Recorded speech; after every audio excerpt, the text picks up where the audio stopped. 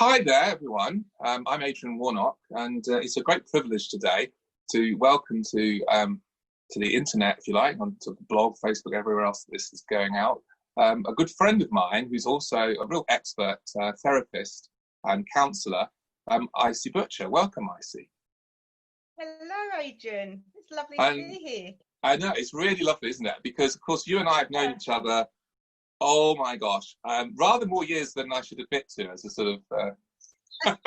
Yeah, a long time. Yeah, and we've been in the same church together. Don't say how many years. Don't say how many years. No, I thought, yeah, I mean, it's rude to sort of do that but I put it this way. I think I think we met each other when either we didn't have any children at all or very young children, didn't we? Let's put it that way. In fact, I think probably no children. Yeah. Children, yeah. And we've both got grown-up children, so it's been a while.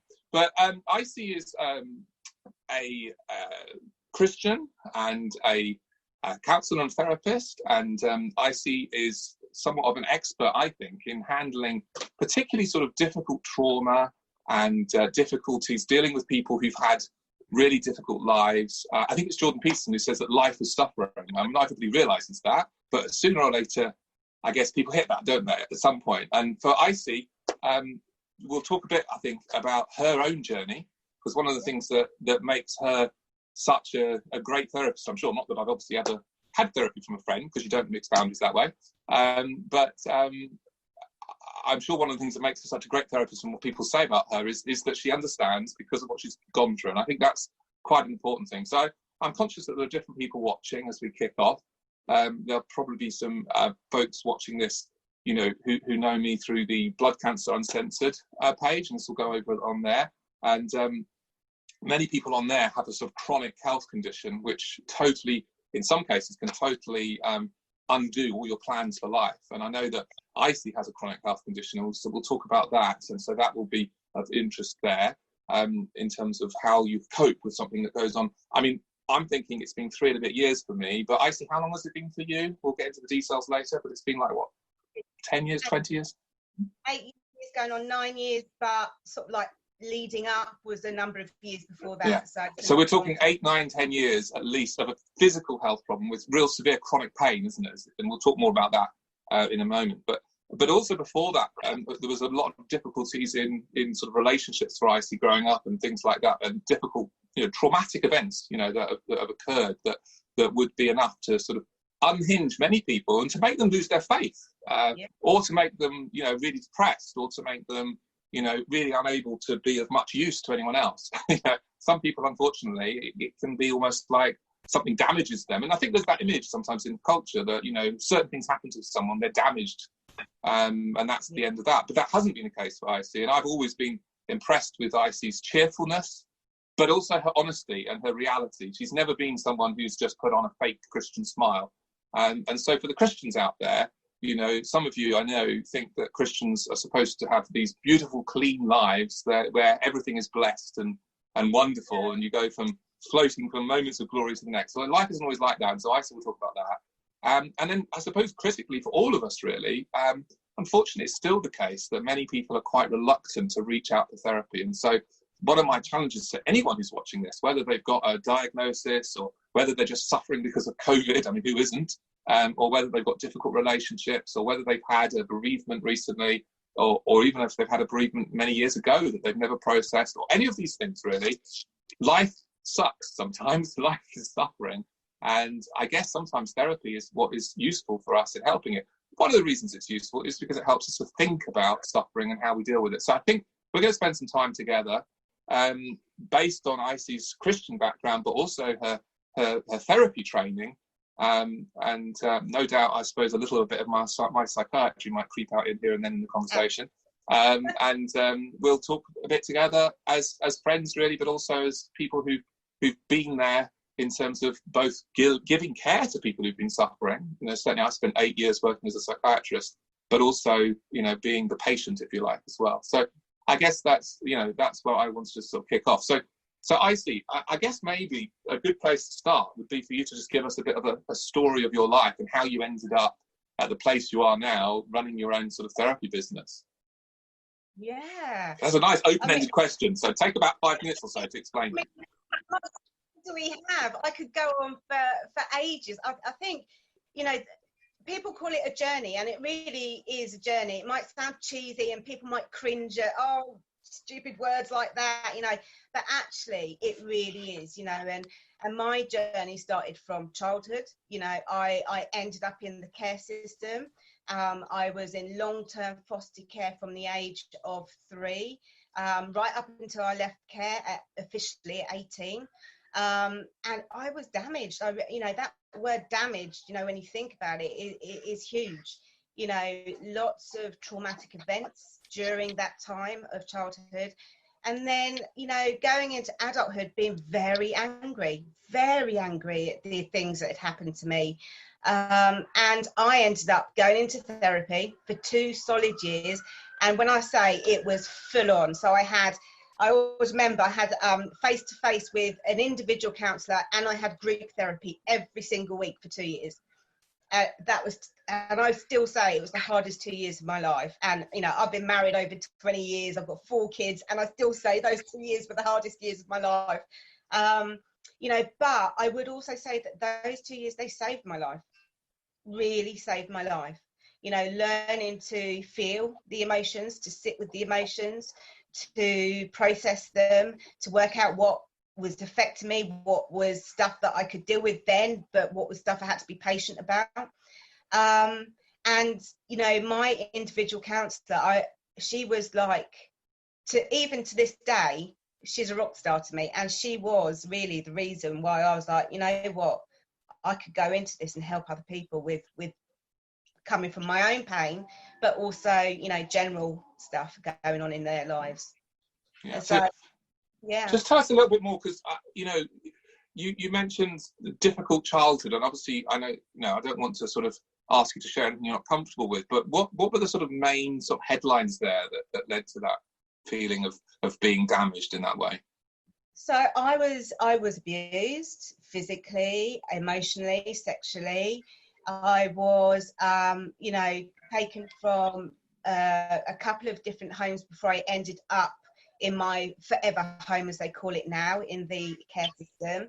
I was very fortunate and very blessed that I had an amazing forever family who just loved us.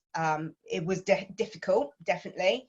But if you mix all of those types of abuse together, equals very angry, self-loathing, hatred, confidence at 0 young people, you know, and I was that.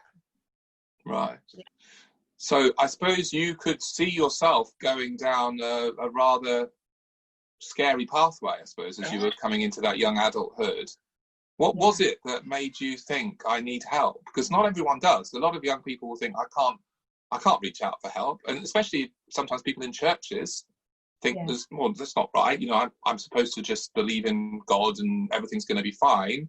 Or they just think, you know, they're too sort of, I don't know, what the word would be, just like too ashamed, I suppose, to reach out for help. So, I mean, what was it, do you think, that how did that happen? Because a lot of people, unfortunately, they don't reach out for help, do they?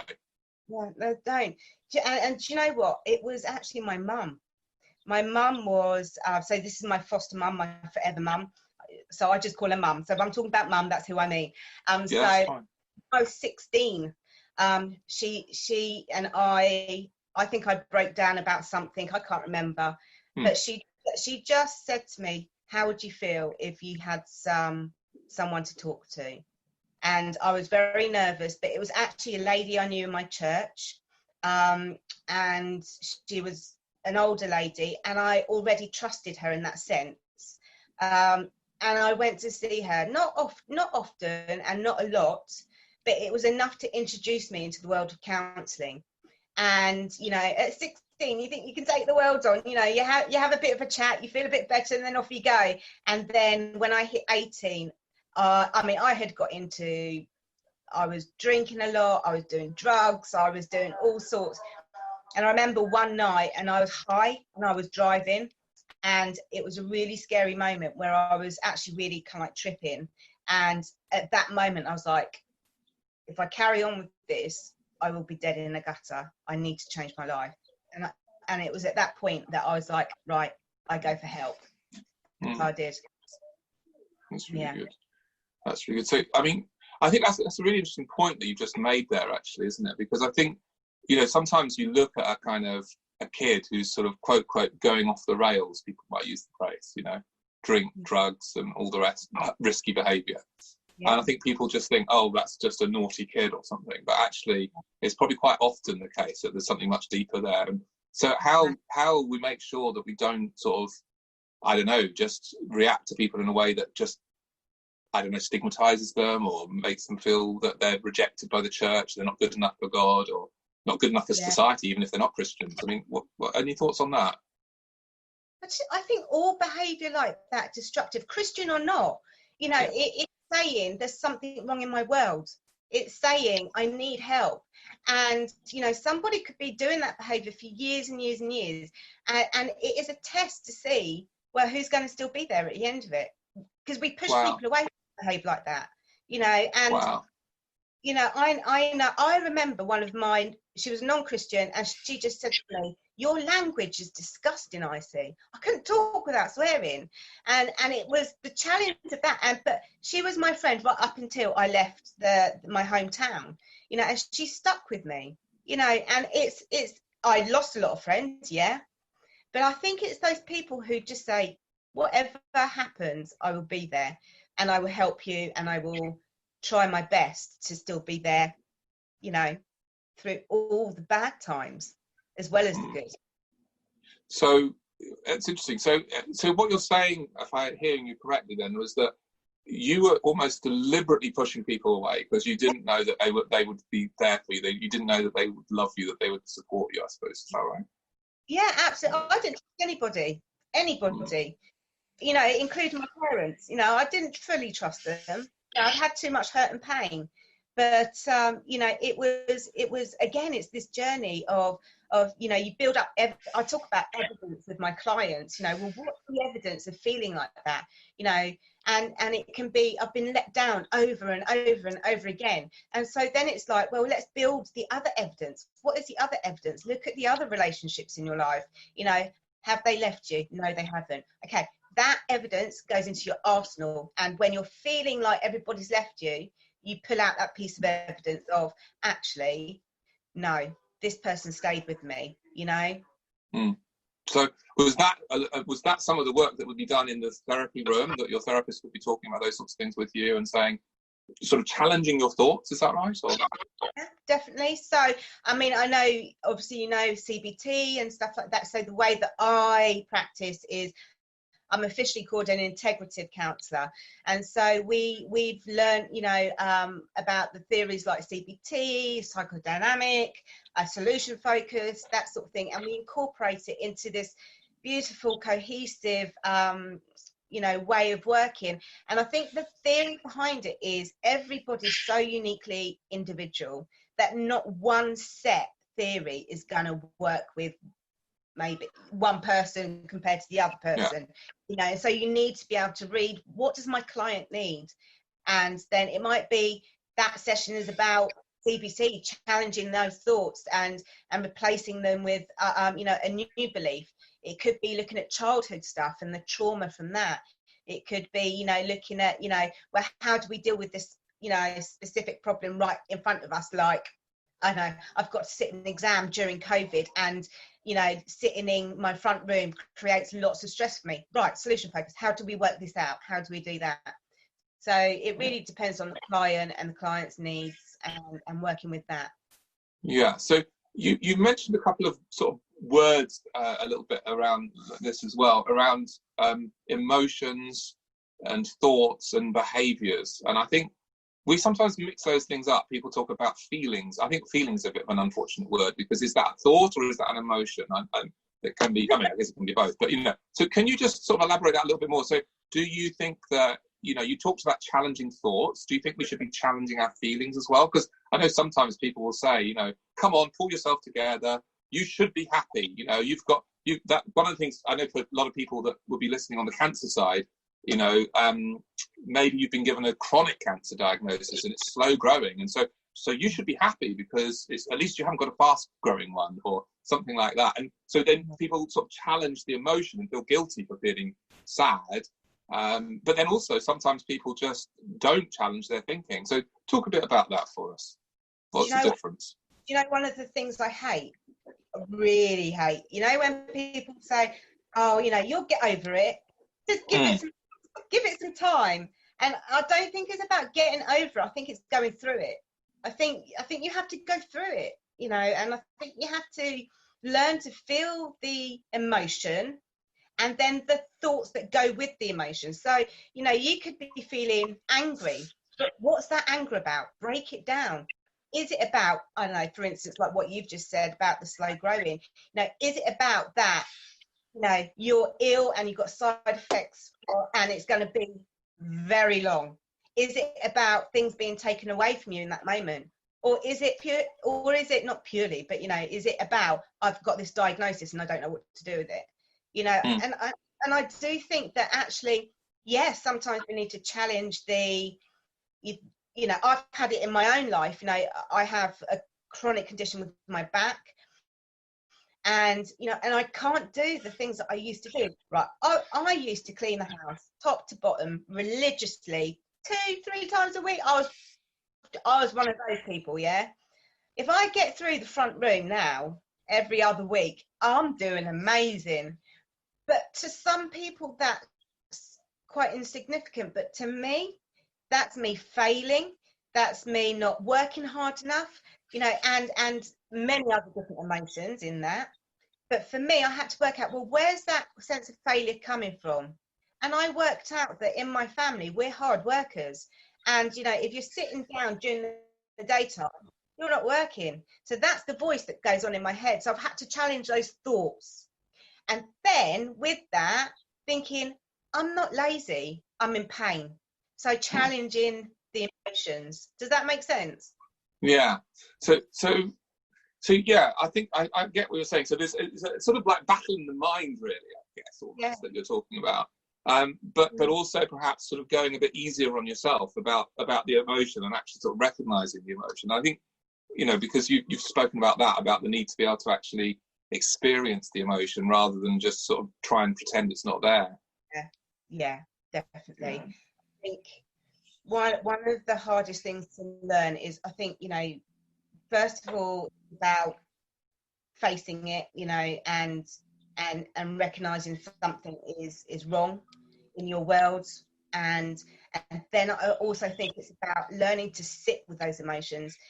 They're uncomfortable, they're not nice, and what we want to do is push it away, push it down, explain it away, rather than just sit with, I feel absolutely terrible, or I feel so let down, or I feel so angry, or I feel absolutely destroyed by whatever's going on for you. And I remember when my back first went, I was flat on my back for 6 months. And then I started to be able to walk around a bit and muscles started to loosen, and I had people saying to me, oh, just get going. It's just a back thing. You'll be all right once you get going. And I had to live with those sorts of things. I had to live with people saying, oh, we don't see you anymore. And I'm like, I can't get out. I can't even sit in a chair without seizing up in pain. And then I was like, there's something wrong with me. I'm not dealing with it properly. And I had to begin to let go of that, sit with the uncomfortable feelings like feeling lazy or not being good enough, and start realizing, actually, no, my body is doing one thing, my mind is doing another, my emotions are doing something completely different. Yeah. And trying to put it together and be okay with all areas. It's a hard journey, hard. Yeah. And I think you've had it harder than most, let's be honest, because we've obviously sort of bookended two big things there. Your physical health problem, which is obviously the last sort of 10 years or so, and then obviously your childhood. But then in between, I guess there was a period where things were going quite well. I mean, you moved to the area, you married a lovely guy, and you started having a kid, and then something pretty drastic happened, didn't it? Yeah. So how do I explain this? So there's me, my brother, and my sister's birth siblings. It's very close to my sister, and She had a son who, at 6 years old, when he was 6, she suddenly died. And, you know, at that point, my back was fine. You know, I had 2 birth children myself. And I got a phone call to say that she had died. And at that moment in time, we didn't know how. There was a police investigation into it because she was 26. You know, and no, it turns out that the police think that her drink was spiked, and she had this massive reaction and heart failure, and died. So Yeah. you were a young mum, you know, Yeah. having had this horrendous journey that you'd somehow overcome, and you know had started a family, and then you know that sister that you were obviously so close to just disappeared. I mean, that must have been a huge sense of loss for you. Yeah, definitely. I think, you know, loss and bereavement is so misunderstood in our society. You know, again, we're told with time you'll get over it. You never get over it. You have to go through it. You have to feel it. You have to recognize that, you know, I am mid-40s, and I lost my dad when I was 8 years old. He died of a heart attack suddenly. My birth dad, this is. And you know, I still cry and grieve over him now. Does it affect my daily life? No. You know, with time, I've learned how to manage that and how to sit with that. And the same with my sister. You know, with my sister, you know, she was my best friend next to my husband. And that grief, you know, unless you've been there, it's very hard to explain the depths that it goes to, you know. Yeah, it's an interesting thing, isn't it? Because I think some people don't understand the suffering that others have, whether it's through grief or whether it's through, you know, chronic suffering, sickness, pain, you know, diagnosis, or, you know, sort of upbringing issues, obviously you've spoken to. And I guess if you've never touched that, I think some people go through life, well, I don't know, maybe they don't, but I get this feeling anyway. I think to a certain extent I was like this until a few years ago, where you go through life and really everything seems to be sort of going okay, and then suddenly it isn't.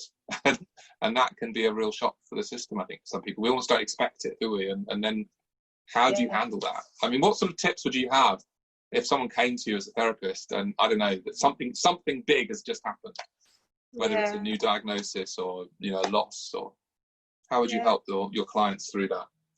I always remember I had one specific client who had just had like a life-changing experience, and she came to me and she just cried and cried. I think for the first 5 sessions. And it's about getting in the dirt with that person, in the mud it's called, you know, and just sitting with that person. And it's, you know, who do you have in your life who won't tell you what to feel, who won't tell you what to do, won't try and give you helpful advice, but who can just sit with you as you feel it, you know? And who do you have in your life that after a few months of doing that or needing that, who will just say, right, do you want to go for a coffee? Or, you know, to gently lead you to do something else, you know, to gently challenge you, but not in a way of you should, you must, you know? Yeah. It's looking at that support system. And if you don't have a support system, many people don't, you know, it's looking at, right, what do I need to do? I need to actually talk this out with someone, you know, and finding a therapist that you can do it with. Yeah, no, that's right. And I guess it's not an either or thing, is it? I mean, you've sort of talked already about the fact that you had some people in your life that were supporting you over the years when you were sort of receiving more than giving, if you like, the therapy. But your therapist that works alongside that. I think sometimes people think, well, I've got friends, so I don't need a therapist. Yeah. But that's not necessarily the case, is it? No, it's not. I think therapists just bring something very different. You know, they're neutral. You know, and that therapist is there for you. No motives apart from I just want to help you and see you through this traumatic experience in your life. You know, and if the therapist is saying, well, I think you should do this, then I would head for the door. Yes, quite. Yeah. No, Yeah. it's And about, it's an interesting point, isn't it? Yeah, go ahead, sorry. no, I was just about to say, you know, it's about the client. It's always about the client and the client's needs. You know, the way that I work, I don't do diagnosis, but I will work with the diagnosis, that if they've had one, that they will come to me and we'll work out, what does that mean for you? You know, what does that mean in terms of practical stuff, as in emotional stuff, as in relationship stuff? You know, it can affect everything. Yeah, no, sure, absolutely can. I often say, you know, that these things can be like a tsunami that come in and just sweep everything away. Sometimes it feels like there's just wreckage everywhere. Yeah, definitely. Yeah. Definitely. And that's kind of normal. And I think sometimes people feel like they're the only one. They feel like everyone else must be coping with this much better than I am. You know, there's just something bad about me that means that I can't cope when other people can. Yeah. Maybe other people are just better at hiding it, do you think? I think we learn how to hide things very well, but I think that we can only do that for so long before it starts to bubble out. And like, if you think like a volcano, it's all down there, and then at some point it's going to erupt. You know, and I think particularly when people end up going for therapy, what they're doing is they're phoning in a crisis, whereas they should have been coming when it was all bubbling rather than spewing out. I always remember when I was married, and it was before children, and I had someone, I was walking up the street with a group of friends, and someone sidled up to me and just said, "Oh, your life is just so perfect. You know, I don't think you quite realise what you've got." So to you? Well, yeah, to me. It was like, she didn't know my story or anything, but she made the assumption that I had a marriage, I had a house, I had a car, you know, all those material things, but also the emotional things. I was happy and I was settled. And she made the assumption. How many assumptions are made about people living in chronic pain, walking down the street? If I can walk to the shops and back, yes, I've done a great day, without my walking stick, that is, you know. That's good for me, you know. And people are different if I walk with my walking stick. Much more, oh yeah, but, you know, people make assumptions. Oh, you know, she's walking, she's fine. Or, you know, she's at church every week, she's fine. Or, you know, she's working hard, you know, that's why we haven't seen her, but she's all right, she's told us. When actually behind closed doors, that person's in the corner crying every night under their bedsheet because they've got so much depression. They don't know how to even come out of the covers, you know. Yeah, sure. And I mean, it's sorry, go ahead. I feel like I keep going off on tangents. I get very passionate about this. No, this is exactly what I was wanting. It just it's very, very helpful. I suppose I'm just sort of thinking about that. You know, the relentlessness of it is one of the things, isn't it? It's like kind of, I think one of the things that you know very well from this sort of last 10 years is just that sort of relentlessness and the sort of and just the sort of, I guess, the way other people are. You've begun to touch on that, about how it can be quite hard because you feel a bit sort of cut off from other people and that they don't understand, and maybe they say unhelpful things in a church context or just in general life. It can be really difficult. You feel more distant from your friends and things, and even family. I mean, you know, how did you cope with that for these last 10 years? It's been really hard. I'll be honest, you know, really hard, because it's not just coping with, you know, when I first had my back issues, you know, it was almost having to convince people of how bad it was. You know, that's what I think I felt I was doing for the first few years. And then it was almost like... So people are saying, oh, it's all right, you're not as bad as all that, it's just a sore back kind of thing. Yeah, exactly. And then, I guess, you know, it'll be better, have faith, you know, just pray, everything will be all right. Yeah, the faith thing is a very hard thing to manage with chronic stuff going on in your life, you know, because you go for prayer and you're not healed, and people are like looking at you, and you know, you hear preachers about, you know, is it sin in your life or is it that? Listen, I sat there in these meetings thinking, I've repented, I've done this, I've done that, and yet I'm still not healed. And then you hear the preachers about, your time will come, your time will come. You're like, you know what? I think I've got to the stage of absolutely believing I can be healed, spiritually. But at the same time, right now, in the here and now, I can't live with the potential of being healed in my head, because otherwise I'll do nothing and I won't challenge myself and I won't get going in that sense. I will completely give up. But at the same time, it's holding the fact that I believe God can heal me, but at the same time, he's also given medical doctors the ability to help diagnose medicines and stuff like that, and you need to use those. And I mean, hope is a really difficult thing, isn't it? Because I guess what people are trying to do sometimes is, I think we should give them the benefit of the doubt. They're trying to give you hope, aren't they? They're saying, it's going to be fine, don't worry. But sometimes if you get your hope up too much, it can almost, the Bible says hope deferred makes the heart sick, doesn't it? Yeah, absolutely. You know what, Adrian? I remember going to a meeting and my back was sore. I wasn't in a great place, like physically, but I went because it was a healing meeting, and I did a whole day, and I wasn't healed. I went home. It took me about 3 weeks emotionally to get over that, and I just struggled because it wasn't me. Again, you start looking at what's wrong with me. What have I done? Rather than thinking, okay, you know what? It wasn't, I have to now deal with this hope that has been snatched away again. Because it is like that, isn't it? I don't know about you, but, say hope that's a hard one to manage and navigate.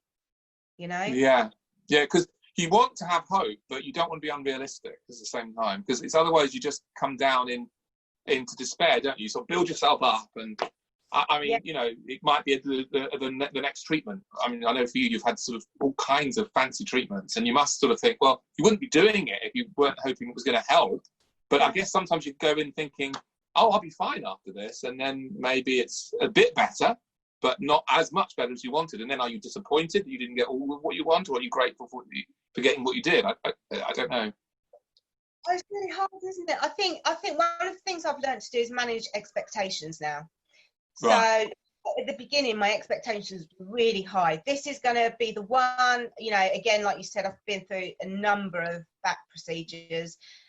This one's going to be the one, this one's going to last longer, this one's going to give me freedom, and then it gives me nothing, or it gives me a small amount of freedom physically. And I think what I had to do was adjust my own expectations, of this could really help, but it might not. And I had to go in with that every time. And in fact, the last procedure I had, I probably had less high expectations about, and it's helped me the most, That's interesting. Yeah, it's very interesting. I don't know what that's about, it'd be interesting.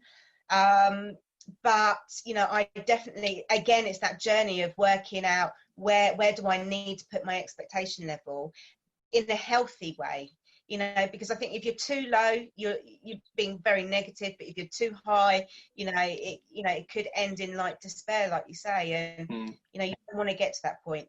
I've been to that point. You've been to that point. The stopping into the pillow point, isn't it? Really, at night, Yeah, it's the 3 o'clock in the morning. Everyone else is asleep in the house, but you're crying into the pillow. I bet you've been there. Am I right? We've not spoken about that, but have you been there? Yeah, and not just one night, multiple nights, row after row. Then you're exhausted, and then you're struggling even more physically. Yeah. No, exactly. And just that feeling of being alone. That's the other thing, isn't it? Of that nobody understands. That can be a real trap, I think, for people to fall into. Because in a sense, nobody does understand, because nobody can walk your journey with you as much as they might try. Yeah, I think if you pick up like the therapy thread about walking in someone else's shoes, that's a really hard skill to do, but people can do it even if they haven't had chronic pain. You do find those amazing people who just get what you're saying and take your word for it. I think one of my most wonderful moments was actually with you, Adrian. And I think we came to you for dinner, and you and I just started talking, and it was like both of us going, yes, that's how I feel, yes, and it was that moment. Yeah, our poor husband and wife were sort of sitting there, not knowing quite what to say, were they? But they were there. Yeah, you and I were just completely taking over the whole conversation. But it was that there was a release. That was a while ago, wasn't it? Yeah, it was. It was a releasing moment, and so it's like, I wonder. I found a few people who I've managed to, who've come into my friendship circle who walk in my shoes, or try to, and who are going through chronic stuff, and so we just connect on that level. It's a wonderful thing when you can do that, which is, even support groups, online, things like that. They're important because it's people with similar experiences. No one can have exactly the same experience. Connecting and offloading and finding out more and saying, I've just had a night in my pillow, Yeah. Yeah. And I guess, I don't know, maybe as well, not every friend that you have or every family member has to have the same amount of understanding, do they? I think it's sometimes tempting to just, going back to what you were saying about you as a teenager, to push people away if you think they don't understand, or not want to be with people if they say unhelpful things, and people do say unhelpful things. But I guess, again, maybe there's expectation management with some people, that you just have to realise that there are some people that they're just not going to be able to get it in the same way. But that doesn't mean you can't have a coffee with them and talk about your kids. And sometimes it's nice not to talk about the problems, isn't it? Yeah, it's lovely, isn't it? Sometimes it's like when you've got little kids, and you find those friends who don't want to talk about kids, you're like, yes, Yeah. it's really nice, because it's like I can be an adult and talk about other things. And I think it's the same with chronic stuff, because I know my mind is constantly filled with, okay, if I sit in this position for too much longer, I'm going to have to, I'm going to feel it tomorrow, and so my head's constantly churning. So to have someone not talk about it, it's actually quite nice. But you're right as well. There are people who are friends or family, loved ones, who just won't get it. And again, we have to accept that that's where they're at. It's frustrating for us, and it's unfair as well, because we really are feeling this stuff. But they're not there yet. Doesn't mean you don't have to be friends, doesn't mean that you have to push them out of your family, but it might mean that you have to adjust your boundaries on how you communicate and how much you communicate. Yeah, no, you're right. It's even something as basic, isn't it, as when someone asks you how you are. That was, for me, initially, at the church, I found that really, really difficult, because obviously, for me, it was the cancer diagnosis, and everyone, especially at the beginning, was and then, of course, they don't get it, because they sort of assume you're either going to die or get better. And so it sort of drops off. But nonetheless, people will come up to you and they say, how are you? And of course, most of the time, actually, we just say fine. But here's the thing. I don't feel like saying that, because I'm not fine. I feel like that would be a lie. So then you have this kind of whole thing of, how much do you share? And maybe you overshare or you undershare. And I guess for me, I've had to learn, and I'm not sure I've always got this right, who it is that you really should be sharing with and who you shouldn't. And so there are some people who actually, it's almost like you'd like that friendship to be a sort of, a problem-free zone. We're just going to sit and we're going to just chat about our day, and we're going to talk about, those parts of our life that do feel normal, whatever they are. Or, go and do something with someone, or, watch a movie with them, or all of these things that are normal life things to do. But then I think it is important to have really quite deliberately, and maybe not everyone does this, to actually quite deliberately think, right, who are the people that I can be transparent with, and it might be one or two friends, it might be only one friend, it might be one family member, but not the other, and it might be a therapist, or it might be a pastor, or it might be, somebody, a nurse that's looking after you or something. And you'll find that, it's really interesting that people seem to differ hugely in the level of compassion that they have, if you like, and the level of it's not just compassion, but the ability to connect and understand. And so then don't bash your head against the brick wall like I've done with a few people, and think, no, you've got to understand, you've got to understand, you've got to understand. No, just put that person into that group. That's not someone I talk to about this, Yeah, definitely. I don't know. Yeah. No, Is that how you've done it as well? I think it's brilliant, that, because that's been the same sort of journey I've had to have, actually it's not me, it is actually them, and recognizing not everything is your fault, not taking responsibility for other people's behavior. Stop doing it, because it is about them and where they're at, what they can contain, what they can hold, and it's about us finding those people who, like you say, we have to have someone we can talk to. We have to. It's really important. And then the outer circle friends, who know enough, but, don't need to know everything. And then the acquaintances that you meet up every now and again for a drink and, just have a laugh.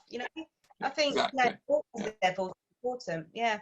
Yeah. And I guess if someone is starting to think, oh, maybe I do need a therapist, you can actually dip your toes in a little bit, can't you, and get a feel of how it might be, because, and you might, for example, maybe you've never really spoken to someone at all. So, maybe there's a helpline you can ring. Like some of the charities will have a helpline where it's not really counselling, it's not really therapy, but they offer a supportive thing, and you can talk to someone for half an hour. And if at the end of that half an hour you think, well, that was a mess, I never want to do that again, there's no expectation that you're going to ring them back, because it was just that moment. But that can be really helpful. And obviously in real crisis, you've got things like the Samaritans in the middle of the night that people could ring, and all of those sorts of things. And I guess if you've done that a little bit, or maybe you've gone to one of these online forums and tried sort of typing something into a forum about how you're feeling and see the response you get, and you sort of think, actually, maybe I could open up to someone, that's then when you could perhaps think, okay, I'm going to reach out to therapy. Because in a sense, that's all it is, especially at the beginning. It's not going to do some voodoo on you. It's not like kind of, is it? I mean, most of the time you just walk into the room and they're going to be led by you. They're going to be, just talking, really. I mean, initially it is just talking, isn't it? Yeah. I mean, the way I work it is talking therapy. Each therapist will work slightly differently because we're all different personalities. And so, but the fundamentals are, it's about that client coming to talk about their stuff. And, I know for me, I've got a room which I'm sitting in right now, and I make it as comfortable, as cozy as possible, and as, quiet, and it is confidential, and it is that space. And, reaching out to a counsellor, most counsellors, not all, but, the way I work is I offer, a session, comfort, a session, and see how you feel by the end of it. There's no pressure to make a decision there and then. You might get halfway through with a counsellor, and I've done this, and be thinking, I'm never coming back to this place ever again, and literally running out the door because I didn't connect with them. They didn't get what I was saying, and it wasn't them. It was just, there was something there that just didn't work for me, and because I had to have therapy again when I went into training to be a counsellor, and I remember meeting my counsellor, and she was just lovely, and I just sat down in her chair, and she just was so gentle with me and so kind, and I always remember that, just her gentleness, and she listened. But what she also did was she laughed with me at things, and there are some things that you just cannot help laughing about, yes. And I think it's important. You laugh, you can have a joke as well. Obviously, it's serious stuff, but sometimes it's that relationship, isn't it? You're building relationship to be able to go deeper. So yeah. So I mean, obviously at the moment with COVID and lockdown and all the rest of it, there's been long periods of time when it's not been possible to do face-to-face counselling. I know you've done a bit of sort of online. How does that work? Because you could, I suppose you could counsel anyone from anywhere in the UK online. Is that right? Yeah, definitely. And I do. I've got people from all over, and it is as simply as being able to use Skype or Zoom, and initial contact through phone, have a chat with me and most counsellors I know, and set a time and a date. And then what I usually do is 10 minutes before the session, send a text, are you ready in 10 minutes? That's like a countdown for them. Get your cup of tea or whatever, and then we start the session, and that's it. Simple as that. It really is. And does it work as well? I mean, do you think, does it work as well as the face-to-face? Or I think I think some people much prefer face to face, and that's fine. But I think in this climate, I think, what it's forced people to do is to get comfortable with it. We've had no other choice. And actually, I've had some clients really resistant, but actually they thought, you know what, I'll give it a go. And they've actually grown into really loving it because they can sit in their own comfortable place. They feel safe in the place. For some, it's not like that. Some people, home is not a safe place. But, it has worked. And, I wonder when things settle down a bit more, how much of my work will continue to be online. It'll be it's an interesting point. Yeah, it's an interesting point because, of course, you're quite a specialist in a way. There aren't too many people that can come in with the sort of the breadth of personal experience you've had, both of significant bereavement and obviously your childhood experiences and having had a sort of chronic, long-standing condition and coming in, with a, I would argue, a pretty strong, faith and a strong belief in God and a strong sort of theological background, really. You've been very blessed to grow up in a, pretty solid biblical church, haven't we, both of us, in the last however many years. So that gives you an incredibly strong sort of offering. So, for someone who might be struggling to find a local counsellor, they might look at someone like you, or it might be someone else, but the pattern, I guess what I'm trying to say, they can find the ideal person for them, no matter where they are in the country. It doesn't necessarily have to be determined on who is nearby then, does it? Absolutely. And especially with the way it's working now, I think it's made it more accessible for all people. And I think that's a good thing.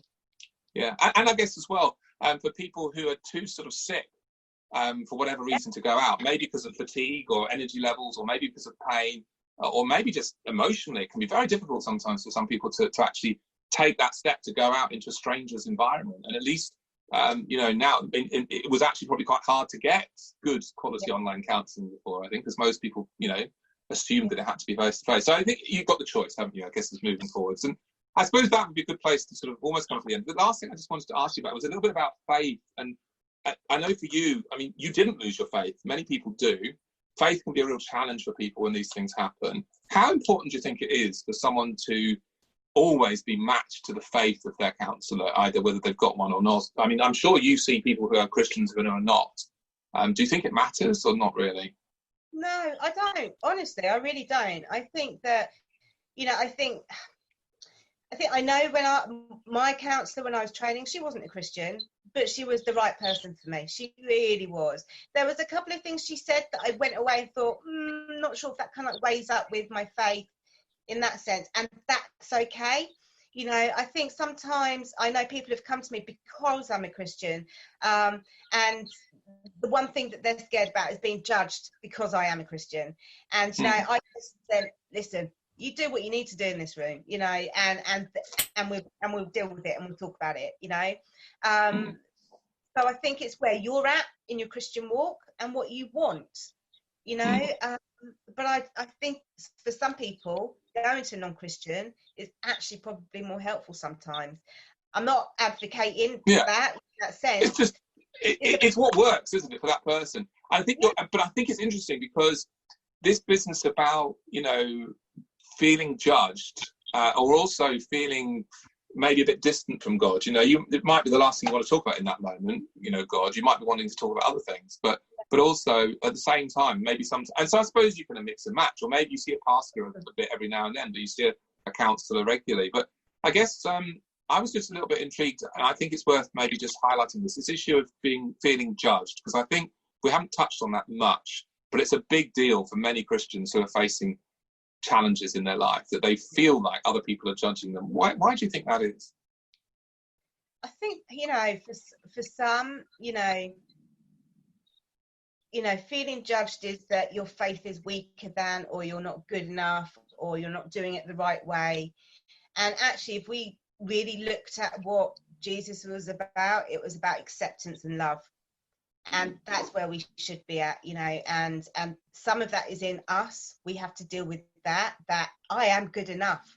I am made the way I am made. Yes, there are areas that I need to work on, but we're all work in progress.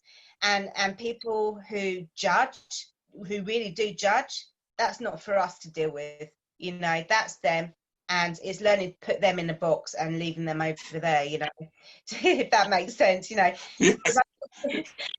We waste so much of our time and energy worrying about these other people.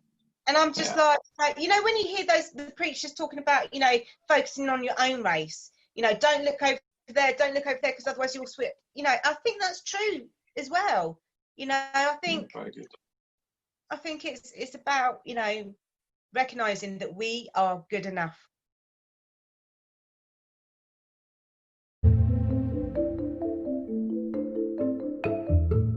Well, you've made it to the end of an episode of Adrian Warnock's Christian podcast. You must have some stamina. Well done. And if you liked what you heard, you know what to do. Subscribe, review, tell all your friends about it. And in the meantime, why not visit adrianwarnock.com?